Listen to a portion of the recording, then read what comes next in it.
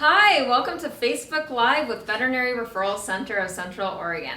I'm Jen Bentley, the dermatologist over here, and I'm excited to bring our brand new surgeon, Dr. Bronwyn Fullagar here, who's going to be talking about everything about trail injuries with your dogs, how to keep them safe on the trails, and kind of what injuries actually do we see on the emergency department and the surgery service, and what types of things are dogs doing to themselves that we can actually prevent. We are also doing a giveaway this time as well. So Dr. Fullagar was kind enough to set up a basically with Roughwear. You're one. What do they call you? A social. You're a. I'm a Roughwear ambassador. Ambassador to Roughwear. So they're kind enough to give us some giveaways here. So what we're going to be doing is, if you have any cute trail pictures with your dog, submit those to the comments under Facebook Live, and we're going to be picking some at random.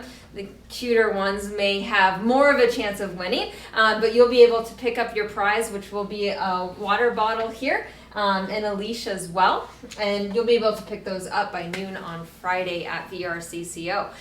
So with that, give an introduction. Where are you from and how you got into veterinary medicine? I know you've done a lot of schooling to get to where you are right now. Yeah, well, thanks, Jen. It's great to be here. So I'm Dr. Bronwyn Fullagar. As you can probably tell by my accent, I'm originally from Australia, from Brisbane on the East Coast. But for the past 10 years or so, I've been working all over the world, really. A little bit in the UK, some training, specialty training in Canada, surgical residency at Ohio State University, and then most recently working in the Canadian Rockies for a couple of years.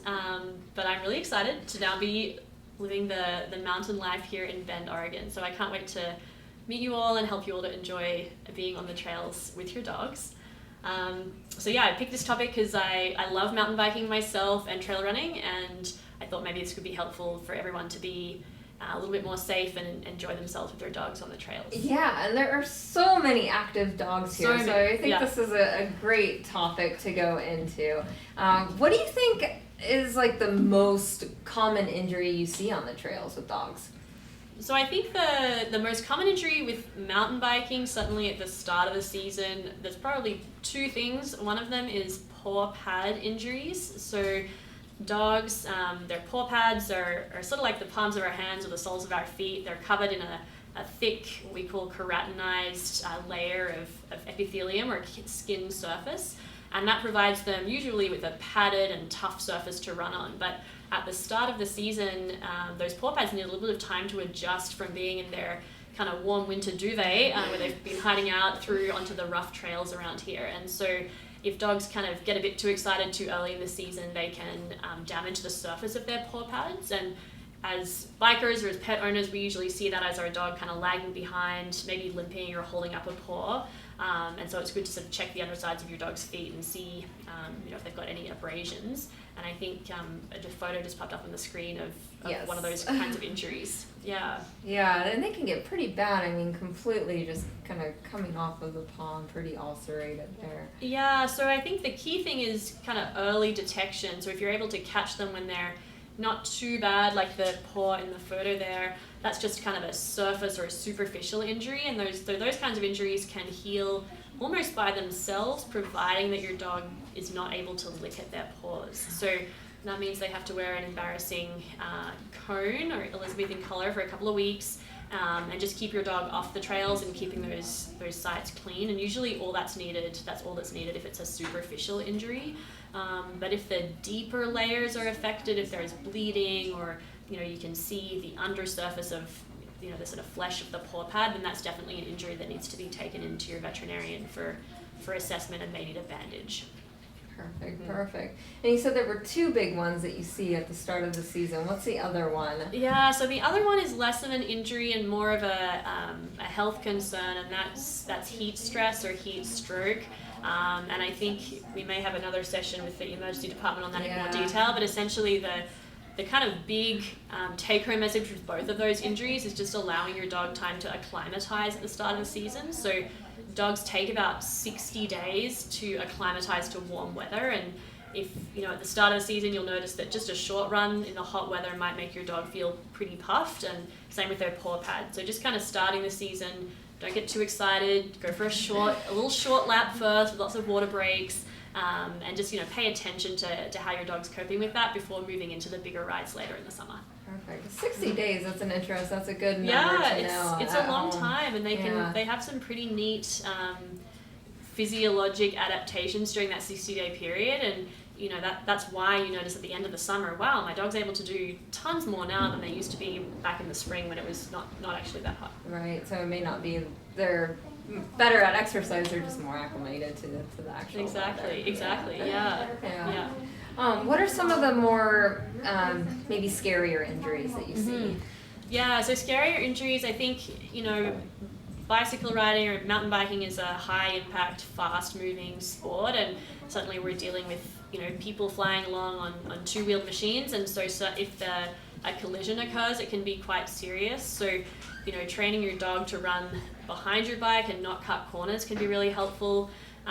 Training your dog to run on the left side of the bike, so the side that does not have the bike chain, is also really helpful, just because that's the side of the bike with more sharp pieces that are more likely to injure a dog. But suddenly collisions can result in some serious injuries like broken legs or torn ligaments, that kind of thing.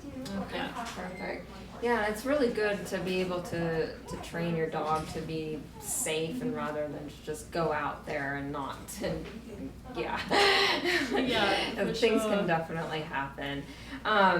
Do dogs generally, are they handling the trails, okay in terms of the rocks and things like that, or do you have to be careful about where you're running these guys? Yeah, the dogs are pretty sure-footed, but it takes training. So, if you've got a dog and they're new to trails, then you're going to want to go slower than if you've got a dog that's really adept at managing those trails. And different types of dogs are going to be just naturally better at managing the trails than others. So if you have a very, very small or really short-legged dog, or a dog whose body shape is shaped like, say, a dachshund with a long body and really short legs, they're going to have more trouble navigating those obstacles than a dog that's built for endurance sports with long legs.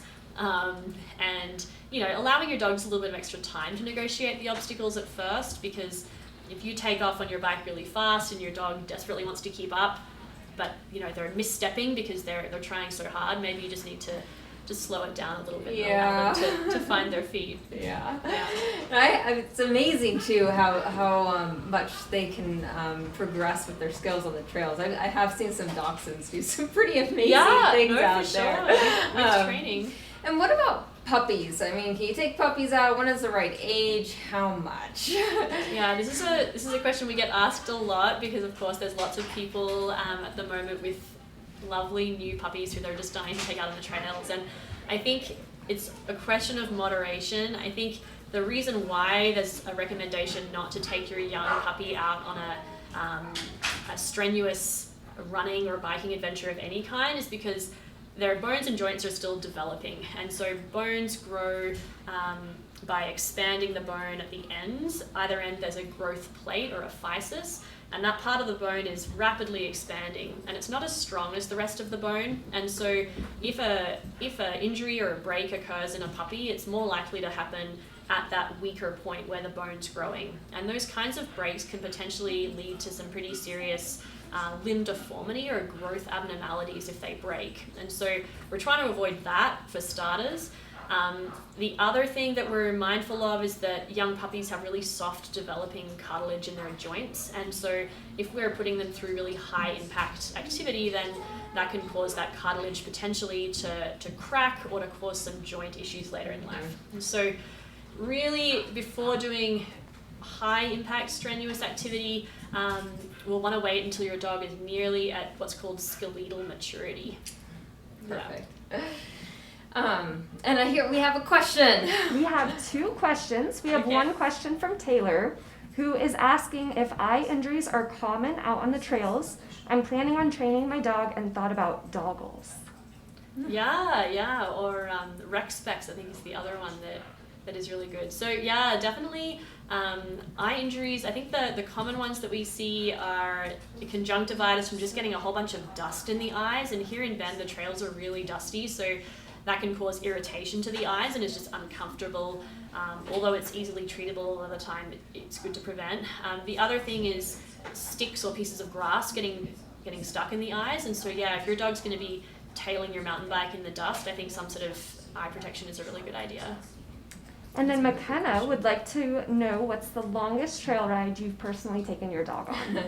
Oh, the longest trail ride that my dog has done is, I think, 35 kilometers, which we'll have to convert to miles. It's probably 20 miles, something like that. That's awesome. Yeah, that was end of last summer, and his little paw pads, I will admit, were a little bit sore at the end of that, so we might have overdone it, but no, he's a pretty hefty trail dog. Yeah. That's really cool. Well, if you are just joining the discussion, we're talking about everything about trail running with your dogs and trail biking with your dogs, so please let us know if you have any questions, and as always, please feel free to ask questions after the show as well. We'll be happy to answer those. Is there anything else you want to discuss or think our viewers at home need to know to keep their pets safe on the trail? The one other thing I was going to talk about a little bit was injuries that we see related to sticks and just kind of running through the running through the underbrush and running fast, especially along the sides of the trails, and just being mindful that dogs running fast through an area that's not a trail can develop an injury from a stick impalement. So just trying to encourage your dog to use the trail, I think, would be really helpful, and avoid those situations where they're chasing hard through underbrush to try and avoid the stick injuries. Yeah, that's really good advice. Now, if they do get a penetrating stick injury and it stays in them, would you recommend to pull the stick or leave it in until they get to the vet?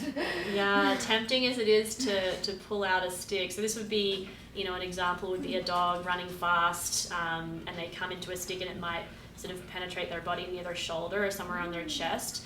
If that stick is poking out, it's best to leave it alone and take your dog straight to the emergency vet clinic. Sometimes what happens is the stick is lodged really close to a really important structure, like an artery or a vein, and by removing the stick, we can actually do more damage and cause pretty serious internal issues. So best to let us take it out of the clinic with some anesthesia on board. Perfect. Yeah. Awesome. Well, thank you so much for coming on the show with us. Oh, no problem. Again, we are doing this giveaway, so if you have pictures of you and your dog on the trail or your dog with bikes, send them in. We're giving the giveaways there, some really nice water bowls and some leashes. So please send us your pictures. We'll be here again. Actually, we won't be here again in 2 weeks because I will actually be on vacation. But in 4 weeks next month, we will be doing another Facebook Live. Thank you. Thanks a lot. Can't wait to meet you all.